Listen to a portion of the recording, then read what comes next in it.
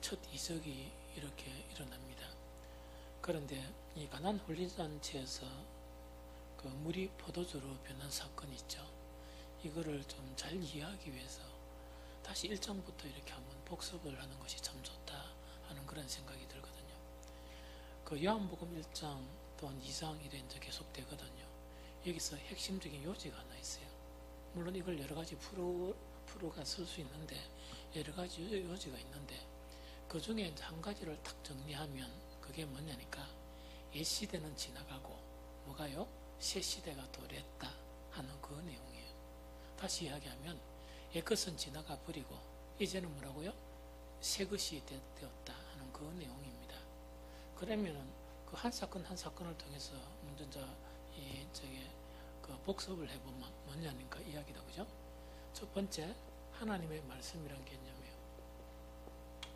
말씀이란 개념인데 예수 그리스도가 있기 전에 이 하나님의 말씀은 사람에게 어떻게 사용되었느냐?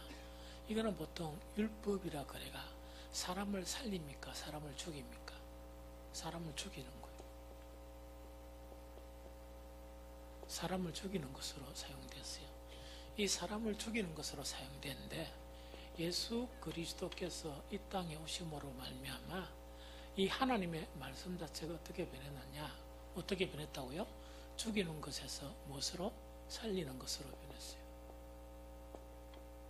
이게 이제 뭐냐니까 요한복음 1장에서 이야기하는 내용이에요. 태초에 말씀이 계시니라. 이 말씀을 이야기하는 거예요. 말씀이 계셨는데 이 말씀은 곧 하나님이시라. 또한 이 말씀이 무엇이 되어서 육신이 되어서 우리 안에 거하셨다 하는 그 내용이거든요.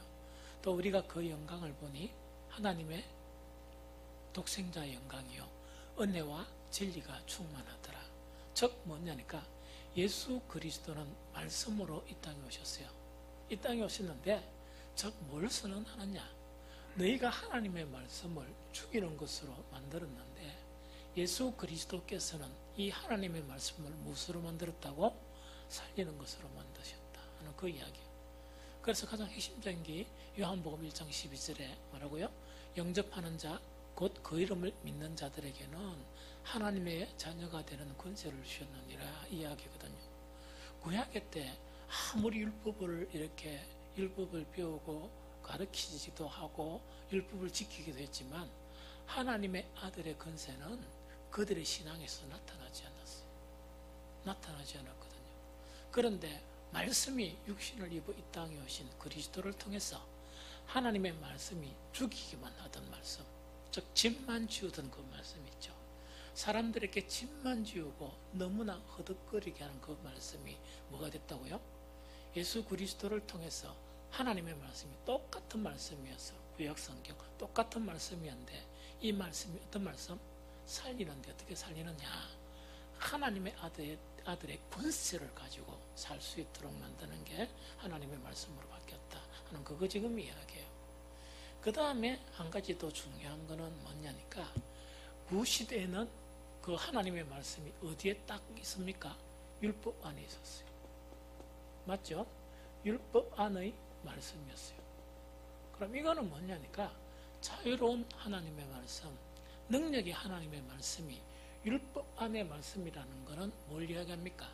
도구마 안에 갇혔다. 그 이야기요. 도구마란 말이 뭡니까? 교리를 이야기합니다. 그러면은 옛날에는 율법 안에 갇혔지만 오늘날 그리스도인들이 신앙생활하면서 여전히 율법 안에 말씀을 가둘 수가 있는데 그게 뭡니까? 교리 안에 가둬버리면 아무 의미가 없는 거예요. 그렇죠?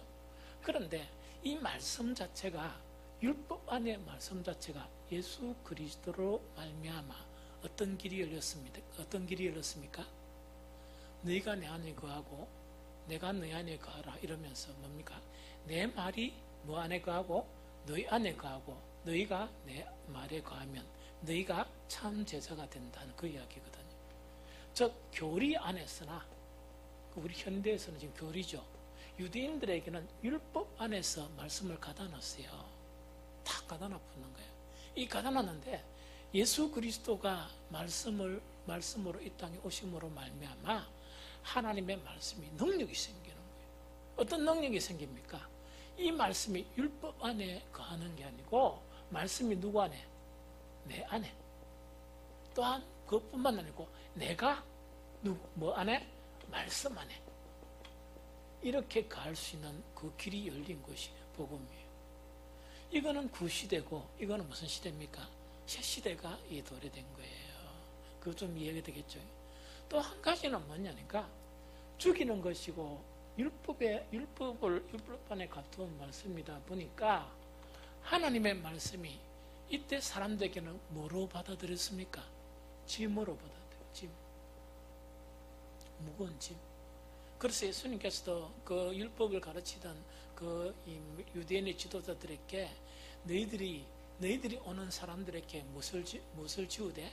짐을 지우되 너희는 뭐 했다고? 손가락 하나도 까딱 안 하고 말만 가지고 짐만 지우고 너희는 죄만 짓고 그래 사나? 이렇게 말씀하셨거든. 그러니까 말씀이 사람들에게 짐이 되는 거예요. 오늘날에도 만약 말씀이 짐이 된다 그러면 참 이게 안 돼요. 이 말씀이 짐이 되면 안 되거든요. 그런데 예수 그리스도께서 이 말씀, 짐이 되었던 이 말씀이 이건 옛날 시대예요. 새 시대가 되니까 뭐가 되었다? 자유. 그렇죠? 그렇죠?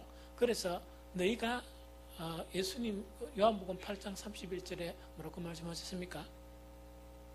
뭐라고? 너희가 내 말에 거하면 이거죠. 내 말에 거하면 참 내 제자가 되고 진리를 알지니 진리가 짐을 지우는 게 아니고 뭘 했다고요? 자유를 주는 것이다 하는 그 이야기입니다. 이해가 되겠죠? 복음이란 것은 바로 뭐냐니까 이런 새 시대에 있는 부분 자체를 탈피해서 어떤 부분으로 새 시대 이런 부분으로 바뀌는 것을 복음이라 그래요. 그래서 요한복음 1장, 2장, 3장 마찬가지예요. 그래서 많이 이해가 안 되면 다른 것도 중요한데 다 잊어버리고 죽은 세대에 대해서 새 시대를 지금 요한이 이야기하고 있다. 이렇게 생각해 버리면 어떻게 이해가 돼요? 그러면 이렇게 만든 것은 사람입니까? 누굽니까? 사탄이에요. 그러면 이렇게 만드는 것도 여기도 일꾼이 있죠. 사탄이 일꾼이 있다, 그죠? 그렇죠? 이렇게 만드는 건 누가 만든다고요? 이거는 성령이에요. 너무 재밌죠? 그래서 우리가 육의 지배를 벗어나서 이 성령 안에서 또 내 의지로 듣지 말고 내 이론으로 내 이론 하면 이거는 이미 뭐의 지배를 받고 있다? 육의 지배를 받고 있고 누구의 지배? 사탄의 지배를 받고 있다. 그러면 사탄의 지배를 받고 있으면 천사가 와서 설교를 해도 예수님이 오셔서 말씀을 전해도 여전히 뭐가 됩니까? 죽이고 또 도구마 안에 이론 안에 예수님의 말씀을 만들어버리는 거라. 지금 복음 세대에 그 전하는 사람이나 또한 말씀을 또한 듣는 사람이 계속 이론을 만들어가는 거야. 자기 이론. 하나님의 말씀이 여러분들 이론 안에 갇혀 있을 수가 없어요. 여러분들 이론 안에 하나님의 말씀을 갇혀버리면 능력이 나타납니까? 나타납니까? 나타나죠. 또한 이렇게 살리는 거 주님의 써준 참 자유 일하다 보니까 때론 사탄에 의해서 들어보면 뭡니까? 자유가 되어야 되는데 어떻게 했다고요?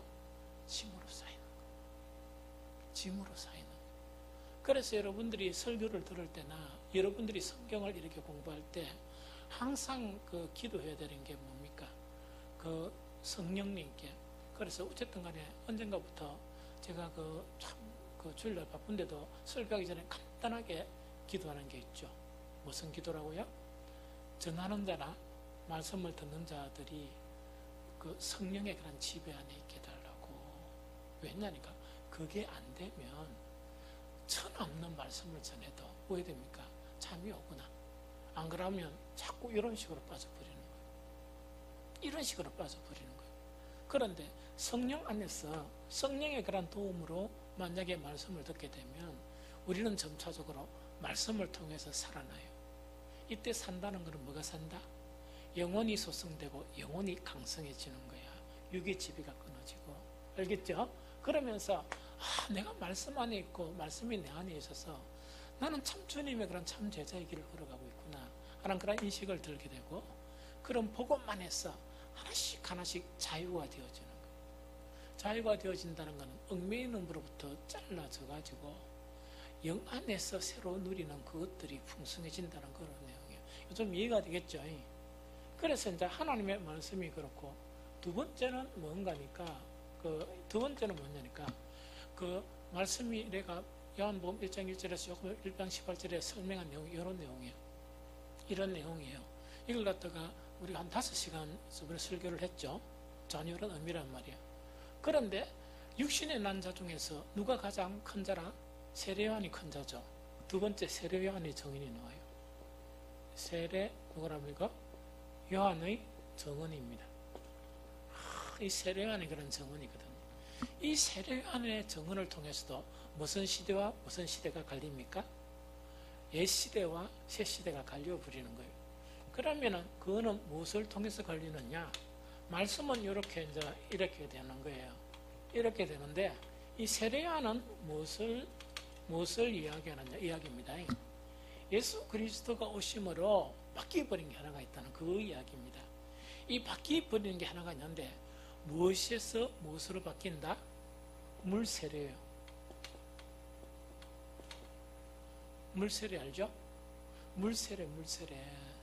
물세례라는 거는 뭐냐니까, 뭐 제사 의식이든지 무슨 의식이든지 그런 여러 가지 것들이 있죠. 그거는 물세례 안에 다 포함시켜 버리면 돼요. 그렇죠? 그런데 예수 그리스도가 딱 오시니까 물세례가 끝났다는 이야기라. 물세례가 끝나버리고 어떤 세례가? 성령 세례가 나타났다 하는 그걸 이야기합니다. 너무 신기하죠? 즉 물세례는 끝나버렸다는 이야기입니다. 아무리 의식이 화려하고 아무런 의식을 가지고 하더라도 그 한계성, 즉 뭔가 이렇게 성령의 세례까지 이룰 수 없는데, 예수 그리스도께서 오심으로 말미암아 물세례가 의미가 있다 없다? 있어요. 사람이 행하는 거니까. 사람이 만약에 목사가 이렇게 막 여러분들에게 세례를 주죠. 그럼 세례 만약에 10명한테 줬다. 그러면은 목사의 상태에 따라서 10명 다 그 성령을 받습니까? 아닙니다. 목사의 세례는 물세례라 성령을 주실 수가 없어요. 누구만이? 하나님만이, 그리스도만이. 왜? 성령은 하나님과 그리스도로부터 출현되어서 나와요. 너무 신기하죠? 그래서 성령을 이야기하면서 하나님의 영 혹은 그리스도의 영 이렇게 이야기하는 거예요. 성자는 누구로부터 나옵니까? 성부로부터 나오죠. 그래서 성자인 예수 그리스도께서 하나님을 뭐라 부른다? 아바, 아버지라 부르시는 거예요. 이거 좀 이해가 됩니까? 이해가 되죠? 그래서 뭐냐니까, 예수 그리스도가 오심으로 말미암아 사람이 행하는 그 뭡니까? 이 의식들이 있죠. 성찬식을 만약에 이 목사가 성찬식에게 집례를 하고 우리 장로 두 분이 가운을 탁 입고 이렇게 포도주 갖다 주죠. 그러면 목사가 성찬식을 집례하고 장로들이 막 이래가 갖다 준 것 이거 자체를 가지고 능력이 나타납니까? 성찬의 의미가 나타납니까? 안 나타나요. 사람들이 행하는 것은 물세례밖에 안 돼요. 단지 그 성찬식에 참여하는 사람이, 목사도 마찬가지고 장로도 마찬가지고, 참여하는 모든 사람들이 성령의 강한 도움을 받게 되면 어떤 역사가 일어난다? 성령의 세례가 일어나는 거예요. 성찬식을 통해서 새롭게 뭡니까? 이렇게 하나님의 그런 계시가 열리는 경우도 있고, 은혜 받는 경우도 있고, 막 이렇게, 그죠? 또 그렇게 바뀌게 되는 경우가 뭡니까? 누구를 통해서? 예수 그리스도가 오심으로 말미암아 옛날에 물세례만 있던 그런 시대에서 이때는 어떤 세대로? 성령을 받을 수 있는 그런 세대로 바뀌었다 하는 그 자체가 뭐냐니까, 바로 세례 요한이 증가한 것 중에서 핵심적인 내용이 그런 내용이에요. 오늘 말씀 자체의 요지가 뭡니까? 말씀 자체다, 그죠? 이것도 마찬가지예요. 새 시대가 온 것을 지금 증거하는 거예요. 증거하는 건데, 오늘은 조금 이렇게 이제 이해가 좀 필요합니다. 어떻게 하는가 이야기도, 그죠? 그럼 이 두 사건이 이제 요한복음 1장에 딱 끝나고 난 다음에 요한복음 2장 딱 들어서면서 두 가지 사건이 일어나요. 하나는 혼인잔치에 어떤 사건이 일어나 물이 포도주로 바뀐 사건이 일어나요. 그게 딱 일어나고 난 다음에 어떤 사건으로 연결돼? 성전 청결 사건으로 연결돼요. 그러면 뭐냐니까 여기서 구시대에서 가장 핵심적인 신앙의 의식은 뭡니까? 신앙의 개념은 뭡니까? 하나는 성전 중심의 신앙이죠. 성전 중심의 신앙이고 하나가 뭡니까? 정결 의식이에요. 정결례. 정결례 혹은 정결 의식. 그걸 이야기하는 거예요. 이게 무슨 말겠죠? 그러면은 이걸 가지고 하나씩 풀어서 이제 설명을 해드릴게요. 제일 첫 번째로 뭐냐니까 왜 혼인잔치가 나타났을까? 왜 혼인잔치가 나타났을까? 이야기다, 그죠? 그럼 혼인잔치의 의미는 어떤 의미인가 하니까 구약 성경을 이렇게 찾아보면 어떤 내용이 있는가 하니까 하나님의 구원이 시작되는 것을 이래 뭡니까? 비유로 가르쳐요. 비유로 가르치는데 하나님의 구원 자체를 비유로 가르치면서 정말 성경에서 그 비유를 드는 중에 하나가 뭐냐니까 혼인을 비유로 드는 거예요. 내가 너희를 구원할 때 이런 뭡니까? 혼인잔치와 같을 것이다 하는 그런 것들이 뭡니까? 구약에 예언되어 있어요. 그러면은 한 가지 살펴보면 살펴보는 거니까 한 가지만 살펴봐요. 이사야서 62장 4절 5절 한번 봅니다. 이사야서 62장 4절 5절. 이사야서 62장 4절 5절.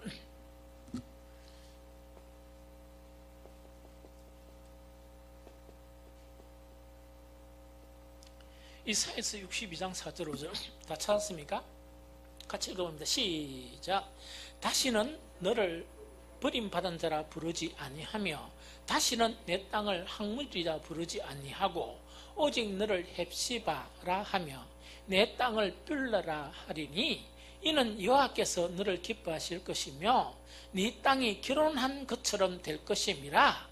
마치 청년이 처녀와 결혼함 같이 내 아들들이 너를 취하겠고 신랑이 신부를 기뻐함 같이 내 하나님이 너를 기뻐하시리라.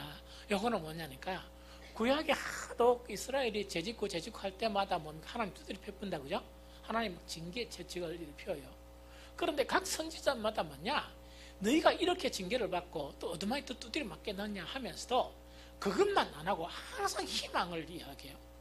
앞으로 하나님께서 너희들을 이렇게 구원하실 것이다. 앞으로 하나님께서 너희들을 이렇게 뭡니까? 대우할 것이다. 이렇게 희망적인 그런 희망적인 메시지가 있어요.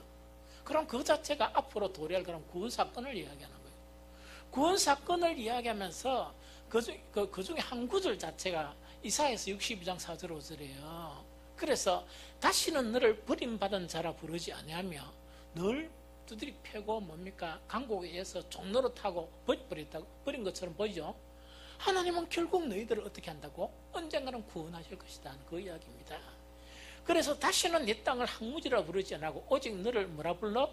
헵시바. 헵시바의 나내주에 뭐라 되어 있습니까?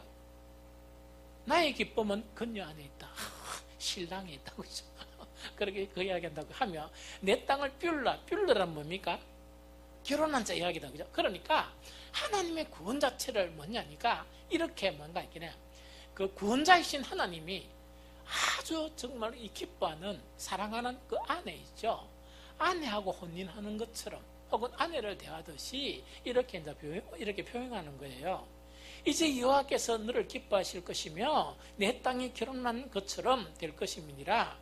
마치 청년이 처녀와 결혼함 같이 내 아들들이 너를 취하겠고 신랑이 신부를 기뻐함 같이 내 하나님이 너를 기뻐하시리라.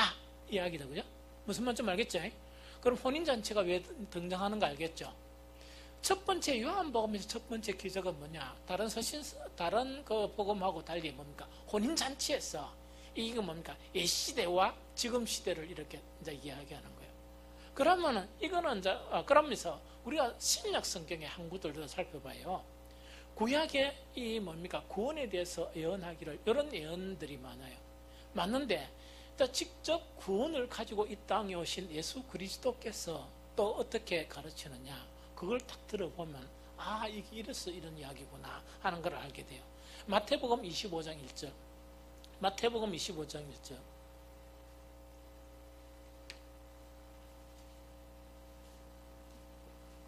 마태복음 25장 1절.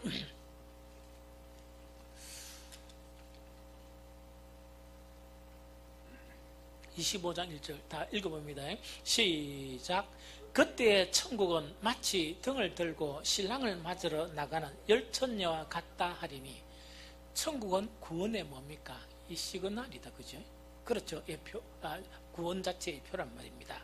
그래서 이걸 설명하면서 천국 복음을 이야기하면서 뭐라고? 신랑과 신부를 요한계시록도 이야기하죠.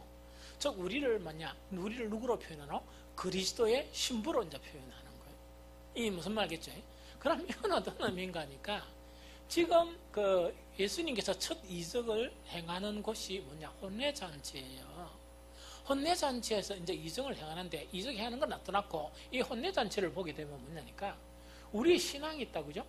우리의 신앙이나 우리의 뭐 구원 이렇게 이제 생각하는데요. 구약에는 이 뭐라고 합니까? 기쁨이 있습니까? 기쁨이 있습니까? 눌림이 있습니까? 눌림이 있죠.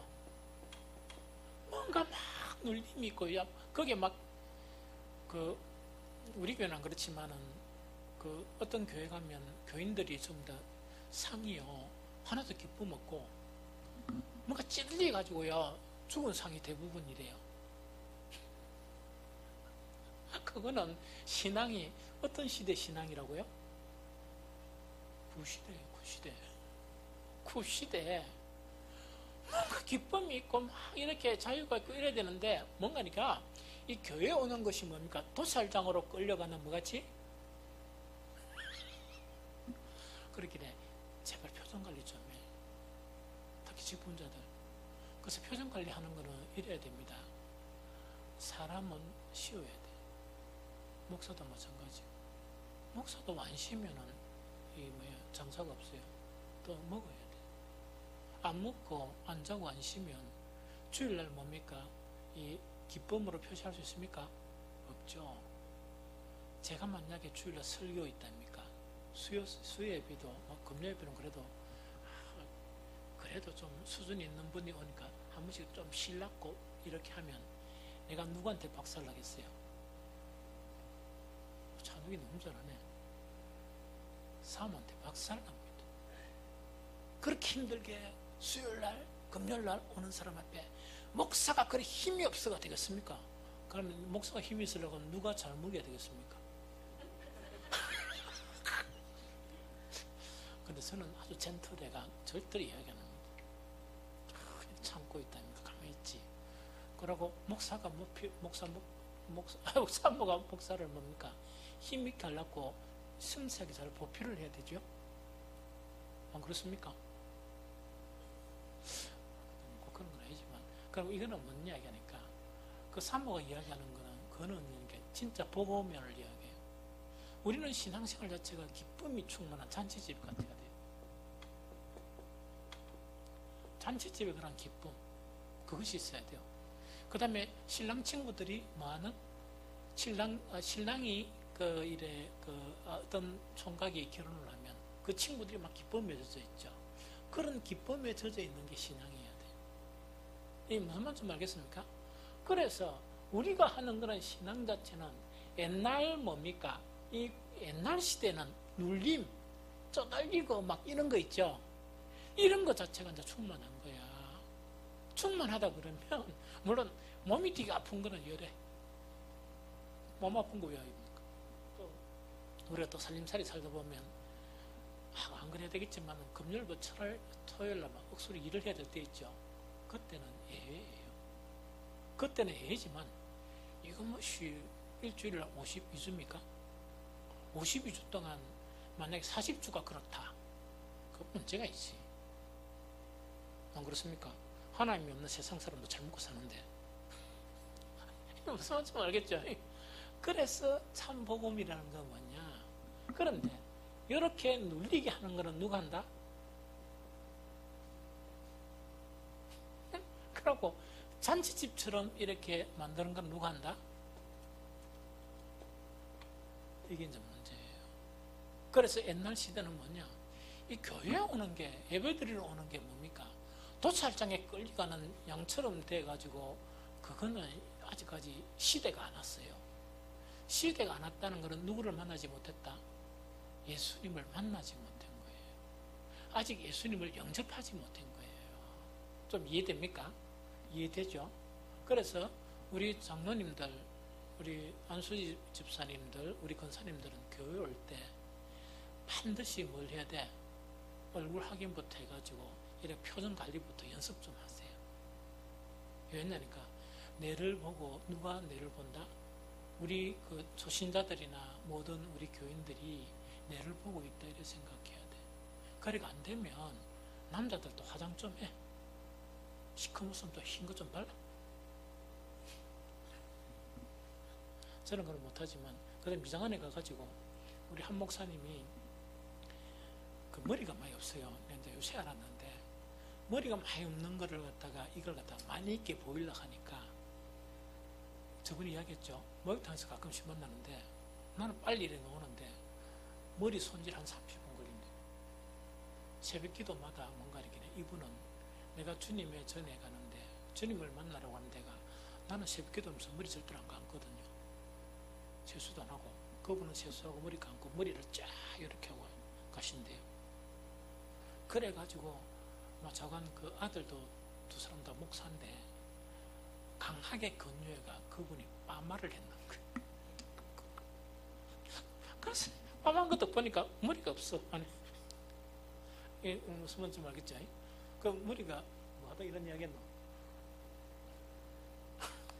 그러니까 뭐냐니까 그렇게 표정 관리도 하고 이렇게 이 얼굴에 바르는 것도 있다니까. 나는 어떻게 하는 거 하니까 예를 들면 면도하고 바른 것만 치고 놓거든요. 머리는 어떻게 하나 탁탁 털고 놓거든요. 그런데 이분은 딱 보니까 내가 한번 해봤어요. 한 5분 동안 좀 같이 가고 기다리다가 더 이상 못 기다리다 나온 거야. 요거 바르고 이래가 또 저거 바르고 이래가지고 또 못 기다리다 나오니까. 그 다음에 만날 때 그 목사님이 만나니까 우리 최 목사님들 가장 부러운 거는 뭐냐? 목욕하는데 탁 나가버리는 거야. 그게 가장 부럽다 하더라고. 그 자꾸 했던 간에 그런데 좀 꾸미고 하는 걸 좀 꾸미세요. 이렇게 좀 꾸미면 근데 시커멓해가지고 또 와가지고 교회 앉아가지고 이 사람들 좀 다 보는 앞에 그 다음에 또 꾸벅꾸벅 자른 사람은 별로 없는 게 아니고 가끔씩은 있지만은 맨날 집분자들이 시커매가 꾸벅꾸벅 자고 춤을 치고 앉아있다. 찬양 예배는 내가 받아들여요. 찬양 예배는 그냥 그래도 자락하는 게 아닙니다. 그 찬양 예배 초신자가 없어서 그래도 얼마나 피곤하구나 이런데 일부 예배는 그러는데 무슨 좀 알겠습니까? 그래서 이제 표정 관리 이렇게 잘해야 돼요. 왜 했냐니까 복음은 뭘 의미한다?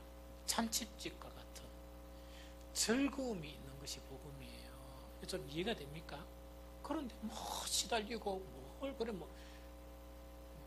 그러면 교회 일도 열심히 안 하면서 피곤하면 어떡해. 그렇죠? 그래 열심히 하는 건 좋아. 즐거운 해야지. 왜냐니까 복음이 있는 거니까. 그거 지금 이야기하는 거예요. 좀 알겠죠? 혼인잔치 의미 알겠죠?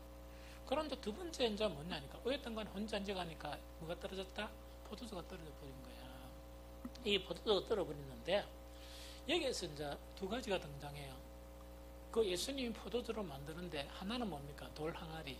하나는 뭡니까? 물이죠. 그 이야기한다. 그죠? 자, 돌 항아리가 등장하고 물이 등장하는 거예요. 이걸 잘 알아야 돼요. 구약에서 돌 항아리하고 이 구약에서 요거는 이제 눌림을 이야기하면 혼인잔치 그죠? 요거는 뭐냐니까 돌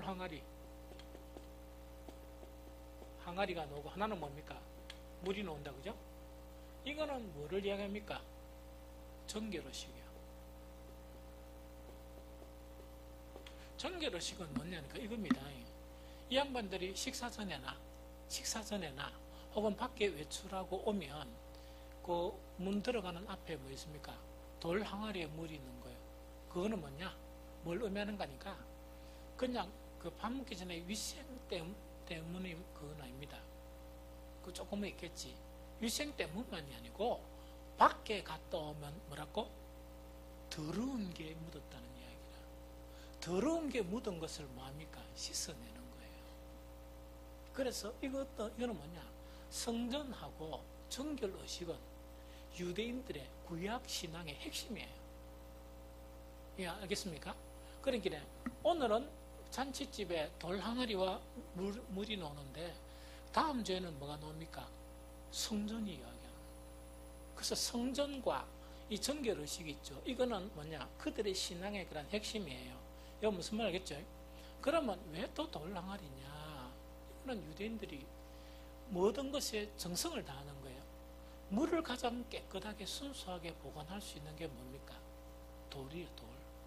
그래서 돌 항아리라. 이거 무슨 말인지 알겠죠? 어쨌든 간에 뭐냐니까 혼인잔치에 이 포도주가 떨어져 버렸어요. 떨어져 버리는데 예수님께서는 뭐냐? 이 물 자체를 뭐로 만드느냐? 포도주로 만들어요. 이게 중요합니다. 물을 포도주로 만드시는 거야. 물을 포도주로 만드는데 포도주가 의미하는 것, 구약에서 포도주가 의미하는 것은 무슨 의미라? 축제의 의미가 있습니다. 자, 포도주는 첫 번째로 무슨 의미라? 축제의 의미가 있습니다. 축제의 의미가 있는데 관련 성경 한 읽어봅니다. 시편 104편 15절.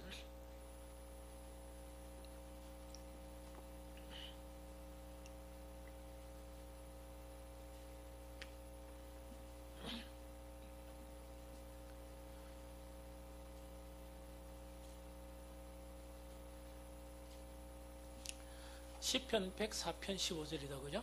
자, 읽어봅니다. 시작. 사람의 마음을 기쁘게 하는 포도주와 사람의 얼굴을 윤택하게 하는 기름과 사람의 마음을 힘있게 하는 양식을 주셨도다. 이야기다. 그죠? 자, 여기서 기름과 양식과 뭐가 나옵니까? 포도주가 나오죠. 포도주는 무엇을 만든다? 기쁨을 만든다. 사람의 마음을 기쁘게 만든다. 이거는 뭡니까? 축제가 사람의 마음을 막 기쁘게 만들죠. 그런 것처럼 이 뭡니까? 포도주는 사람의 마음을 기쁘게 만들어요. 그럼 이건 어떤 의미인가? 이런 의미입니다. 이 물이 있다, 그죠? 이런 걸 정결의식 막 이래도 기쁨은 없는 거예요. 또 의미가 있느냐? 의미도 별로 없는 거예요. 아무런 의미가 없는 거예요. 의미가 없는 이것을 예수 그리스도를 통해서 이런 그 신앙 자체, 복음 자체는 무엇을 만든다? 의미 없이 정결의식을 하게 하는 이런 부분 있죠. 그러면 사람이 되게 배가 고프면 왜 됩니까? 제자들처럼 손 씻고 밥을 먹겠습니까? 그냥 먹겠습니까? 그런데 그러다가 뭡니까? 죄인 이래 돼버리고 불편하게 합니까? 불편하게 안 합니까? 불편하게 하죠. 제가 그 외국인들하고 같이 생활을 좀 했어요. 어쨌든 가니까 뭐 낮에 가가지고 그 양반들하고 같이 일을 계속 해야 되니까 어떤 때는 되게 바쁘면 어떻게 하는 거니까 전신물 시간이 없어요. 전신물 시간이 없으면 어떻게 하는 거니까 그 현장에 제가 이 감독을 막 하고 있으면 제가 늦춰지면 현대중공업의 프렌터 사업본부에 일이 늦어지는 거예요. 그러면 몇백 명이 딱 대기하고 있는 거예요. 무슨 말이겠죠? 그럼 제가 밥 먹으러 오고 이러면 밥 먹으러 오고 한 시간에 또 점심시간 있어야 되죠? 점심시간 지나고 난 다음에 제가 감독을 하기 위해서 한 1시간이나 2시간 동안 뭐 하고 있어야 돼? 앉아 놀고 있어야 돼요. 권력이 대단하죠. 그러면은 미스터 아이비라는 이 친구가 뭐냐니까 딱 이래가지고 우리 사무실 비서를 통해 가지고 현장에 무엇을 갖다 주느냐? 햄버거 갖다 줘요. 그럼 햄버거를 씹으면서 일을 해요. 그런데 외국 사람이 일 안 한다죠. 엄청나게 일만 해요. 그래서 살아남아요. 그래서 내가 그 미스터 아이비한테 너무 많이 배웠어요. 내가 그 친구 만나기 전에 내가 회사 다녔답니까? 하고 내가 공꿀로 일했는 공꿀로 돈 받았구나 이런 생각인 거예요. 만나고 나니까 저래가 돈 버는구나. 아주 성실하겠어요. 그런데 문제가 뭐냐니까 한 번씩은 그래도 좀 여유가 있을 때 피자를 시켜놔요. 왜냐니까 감독관들은 차 타고 밥 먹으러 가요. 밖에 왔다 갔다 하는데 출입이 마음대로 프리패스예요. 그러다 보니까 왔다 갔다 이러면 시간이 더 들립니까 안 들립니까? 더 들죠. 그러면 딱 피자를 시켜놔요. 피자를 딱 시켜놨는데 그 외국 사람들은 위생관념이 철저하죠. 손 씻고 포크로 먹는 걸로 생각하죠. 아닙니다. 일하고 와가지고 왜 하는 거야? 대충 이래가지고 어찌하는 거니까 손으로 떠듬어요. 그럼 나는 또 한국 양반 아닙니까? 제가 출신이 채식 가문에 처음에 기겁을 했습니다. 더러버가. 너무 더럽게 먹는 거예요. 그러니까 쭉쭉 해가 지 손으로 떠 지껏 먹은 일을 한 판씩 해가 먹는 거예요. 그래서 같이 내가 많이 식인 것도 아니고. 그럼 먼저 뜯어먹는 놈이 인자예요. 그러면 채식 가문의 양반이 기다리다가는 자르고 차고 이러겠다는 굶어요. 그래서 나도 못나니까 빨리 먹으려고 했다니까 손이 어디 있나 이렇게 피자는 손으로 먹는 거예요. 이렇게 더럽게 먹습니다. 더럽게 먹어요. 그럼 또 어떻게 먹는 거 아닙니까? 미스터 아이비가 그래도 통대빵이거든요. 이 대빵인데 왜 그런가 하니까 저도 그랬어요. 저 그래 먹는 거라. 커피 지잔이 탔죠? 그럼 아침에 커피를 주잖아요. 그러면 막 그 지 비서도 일하고 우리도 일하고 오잖아요. 그럼 3주 잠깐 들리면 탄 거 이어다가 또 커피가 안 식어요. 그래가 또 이래 부어 먹는 거예요. 그래 저도 그래 먹어요. 요새 아직 습관이 돼가. 그래도 죽는다 안 죽고 배탈 안 나요. 그래 배 안 는 거야. 그래가지고 보이기는 너무 이렇게 위생적이고 왜 집에 된 거, 집 들어간 거 이래 먹어요. 근데 나는 이제 가문이 또 출신이 또 양반 출신 아닙니까? 지처럼 이래가 안 하고 나는 뭐 하느냐? 종이 하나에 덮어놔 이렇게. 내가 훨씬 양반이고. 그 선들은 종이를 반 잘라서 딱 덮어놨습니다. 안 그러면 이래 딱 오그리 봅니다 이렇게. 절대로 문제 안 들어가요. 그래 식을 시간 어디 있습니까? 그러다 또 타가 또 먹는 거예요 이렇게. 무슨 말 하겠죠? 얼마나 편리합니까? 그런데 유대인들은 이 그 정결의식이 얼마나 힘들겠나 그러니까 음식이 아무리 배가 고프고 이래도 못 먹고 뭡니까? 이 정결의식을 다 해야 되는 거예요. 이 무슨 말이지? 모든 삶 속에서. 그런데 여기서 매여있던 그런다고 해서 영혼이 깨끗해집니까? 안 해집니까? 이만큼 손만 깨끗했고 입으로 들어가는 것만 깨끗했지만은 속에 있는 게 더러운 게 우글부글한 거야.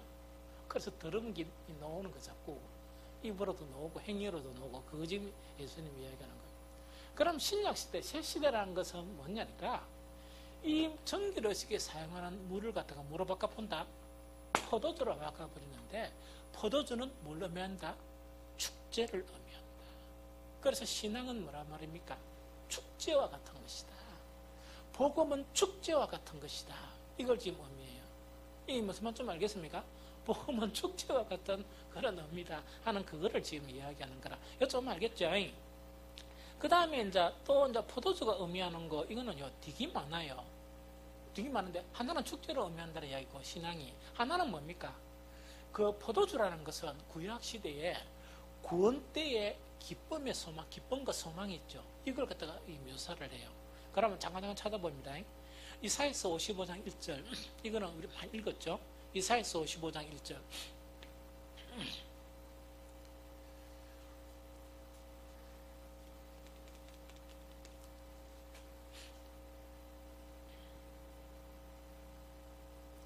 이사야서 55장 1절이다 그죠? 자 시작. 오라 너희 모든 목마른 자들아 물론 나오라 돈 없는 자들 오라 너희는 와서 사 먹되 돈 없이 값 없이 와서 뭐라고? 포도주와 젖을 사라 하는 그 이야기다 그죠? 그 다음에 한 군데만 더 호세아서 14장 7절 호세아서 14장 7절요.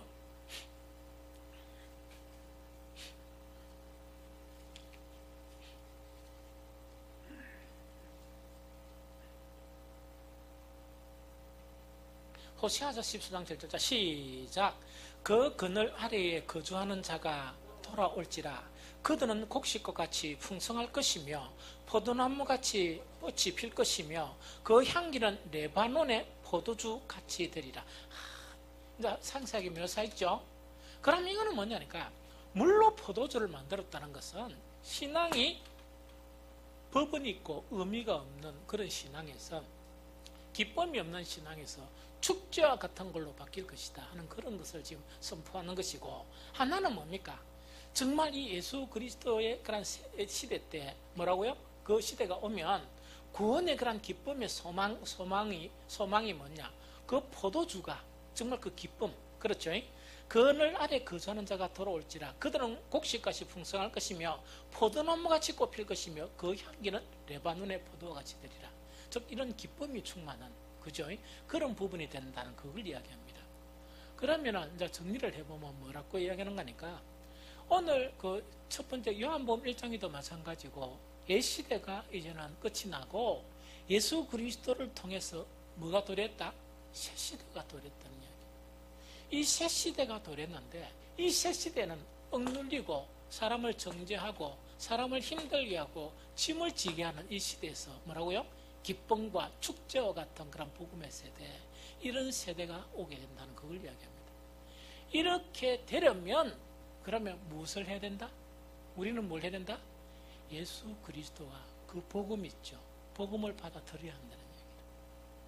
예수 그리스도와 복음을 받아들여야 되는데, 그러면 우리가 죄성에 매여있던 이것이 뭡니까? 때론 사탄이 계속 우리는 이 안에 머물게 하다 보면 어떻게 유혹합니까?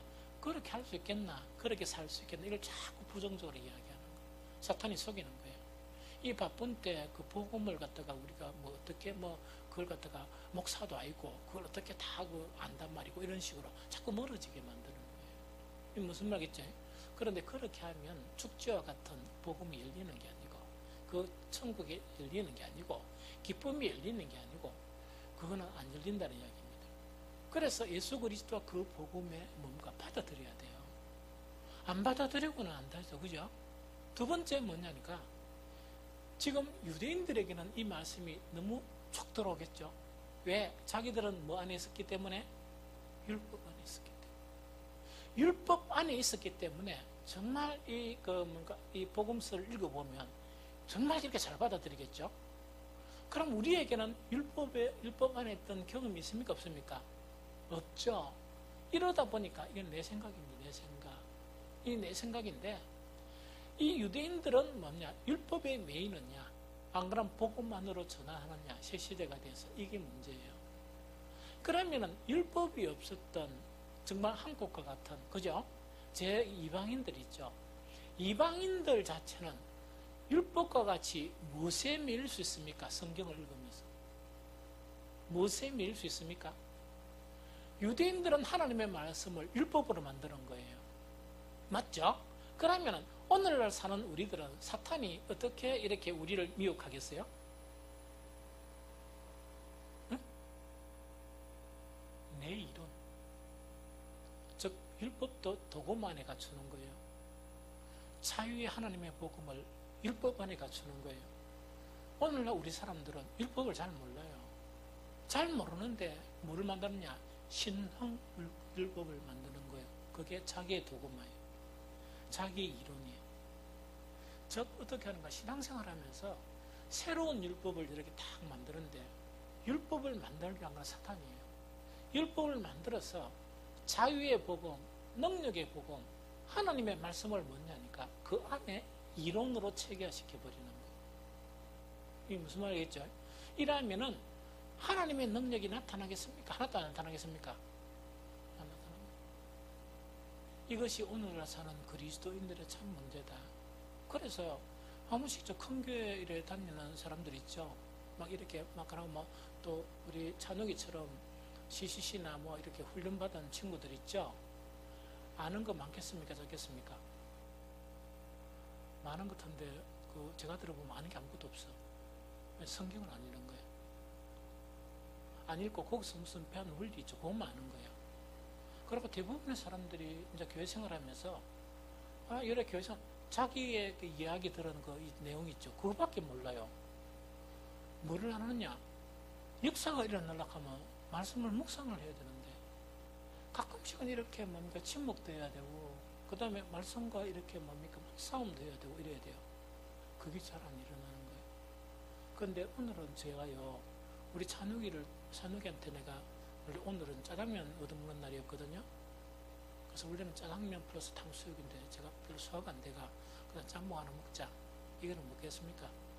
네 호주머니 뭐 뻔한데 내가 뭘 먹겠. 그러면서 이야기를 하는 걸 들어보면서 조금 희망을 벌어낸 거예요. 어떤 희망인가 하니까 저기 한 번씩 와가 뭐 잠도 자고 뭐 이러잖아요. 밀려서 뒤에 가도 가고 뭐 이러거든요. 그런데 보니까 핵심적인 건 또 듣는가 봐. 아니, 그걸 들어가지고 뭐가 일어나는가? 지 안에 전쟁이 일어나는 거예요. 내가 오늘 깜짝 놀란 거예요. 하나님의 은혜가 정말 대단하다. 잠자는 속에서도 듣구나.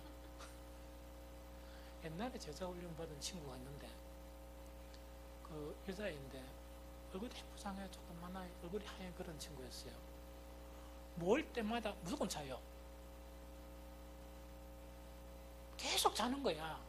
그래서 내가 너무 신기해가지고, 아니, 잘 봐야 왜 오는가 이런 거 있죠. 옛날에는 뭔가 제가 잘라버렸거든요. 그래서 이걸 갖다가 어떻게 해야 될까? 잘라보나 마나 이래가지고, 만났는 거예요. 만나 이야기하는데, 거의 다 알아. 그래서 내가 충격받은 게 뭐냐? 하나님의 능력에 제한이 없구나. 차면서도 듣거든. 근데 렌즈 보니까 시집도 서로 자간 같아요. 지금 얼굴도 이자쁘고 이름도 이자쁘고 그런데 하도 작을래 내가 면담을 한번 했거든요. 그러니까 마지막 칼을 탁 들고 이제 결정을 내리려고 여봐라 이래가지고 이야기를 했는데 너무 놀랐어요. 신앙이란 것 자체에서 가장 중요한 변화, 이렇게 변화되는 것은 선포된 말씀이나 자기가 읽는 말씀 이걸 통해서 내면 속에 전쟁이 일어나야 돼요. 그 전쟁은 뭡니까? 선한 전쟁이에요. 그래서 목사님 말씀 이랬는데 나는 뭐 그런 게 없고요. 막 이것과 이제 지가 이제 괴로워하고 막 이렇게 하려고 몸부림치는 거예요. 그게 전쟁이에요. 그런 전쟁을 통해서 말씀이 어떻게 되느냐? 우리에게 이루어지는 거예요. 말씀이 우리의 인격화가 되고, 말씀이 우리 신앙이 되고, 말씀 자체가 이제 그렇게 되다 보니까 우리가 이제 자유, 기쁨 이런 것이 형성이 돼요. 이게 무슨 말인지 좀 알겠죠? 그래서 어쨌든 간에 복음 자체가 요한복음이 사는 복음은 옛 속에서 인간이 할 수 있는 제도나 이런 거 아무것도 할 수 없는 그런 의미에서 복음이란 예수 그리스도를 통해서 옛 것은 없어지고 뭐라고요? 새롭게 되어지는 새 역사가 일어나는 이것이 복음이다. 그런데 가장 강조된 것은 뭐냐? 복음은 천국이고 복음은 축제와 같은 것이고 복음은 그 안에 기쁨을 주는 것이다. 이것이 복음의 개념이에요. 복음은 회복을 주는 거예요. 복음은 없었던 사랑을 피우게 하는 그런 놀라운 권능이 있는 것이 바로 복음이다 하는 것 자체가 오늘 말씀을 통해서 우리가